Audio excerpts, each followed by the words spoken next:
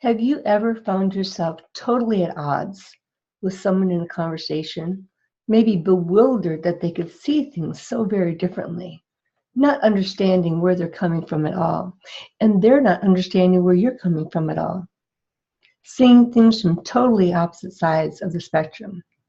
Has that been you? Has that happened at work or at home? Have you seen conversations fueled by these differences? Well, let me share with you a tip on how to look at those differences differently.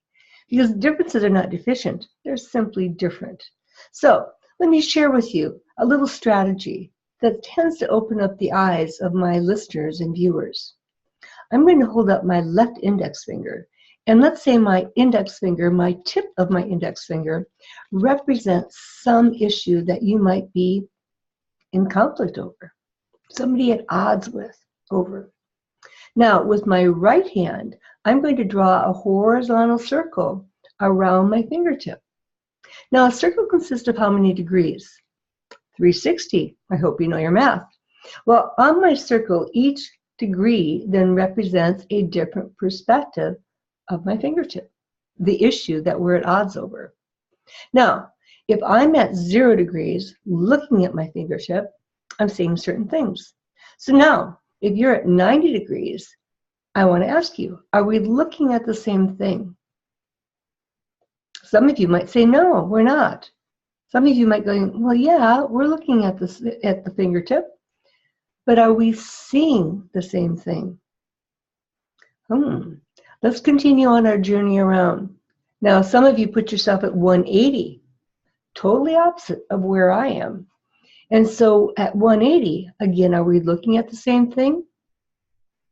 I hope you know now the answer is yes.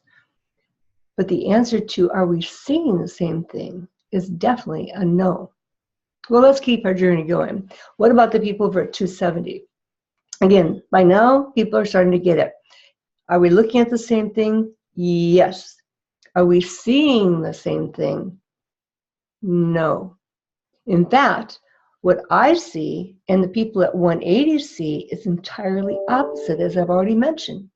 The people at 90 degrees and the people at 270 degrees are actually, again, seeing exactly the opposite kind of thing.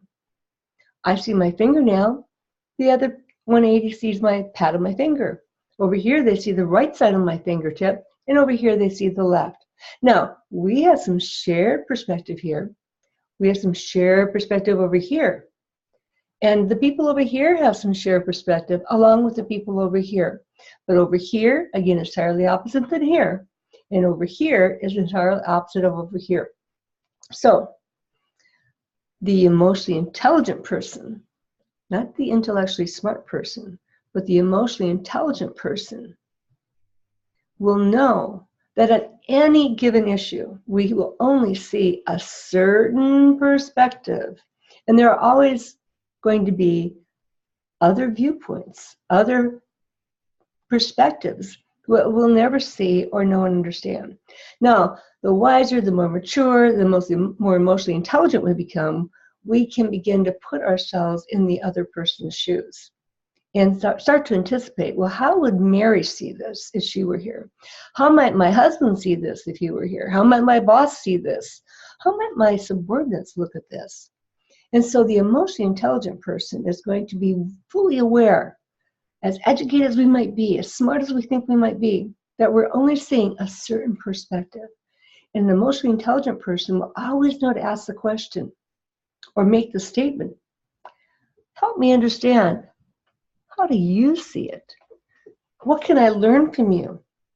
And to have that conversation in a structured kind of way that now we are open to hearing what those differences might be and interested in learning how we might see things differently.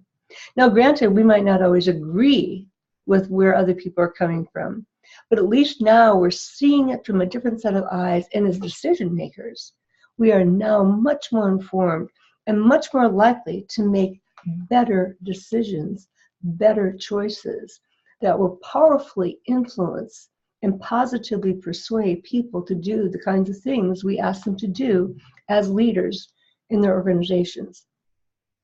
Now, let me ask you, Are you one of those people who say, I'm right and you're wrong, my way or the highway?